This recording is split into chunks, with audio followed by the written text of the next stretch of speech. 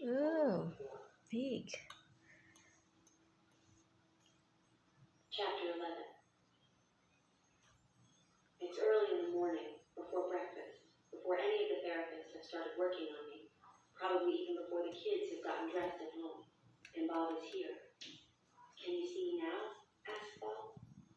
I see the prison, the window, the visitor's chair, the TV. No, I say.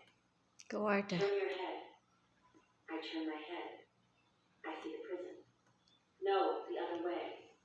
There is no other way. See. Yes, there is. Turn your head to the left. I'm standing over here.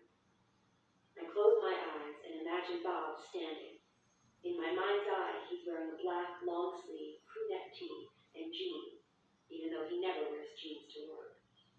He's got his arms folded and he hasn't shaved. Nice, I open big. my eyes and turn my head. I see the prison.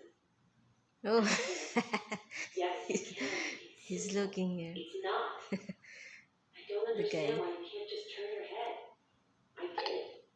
To the left. He used his There is telescope. no left. We have telescope too.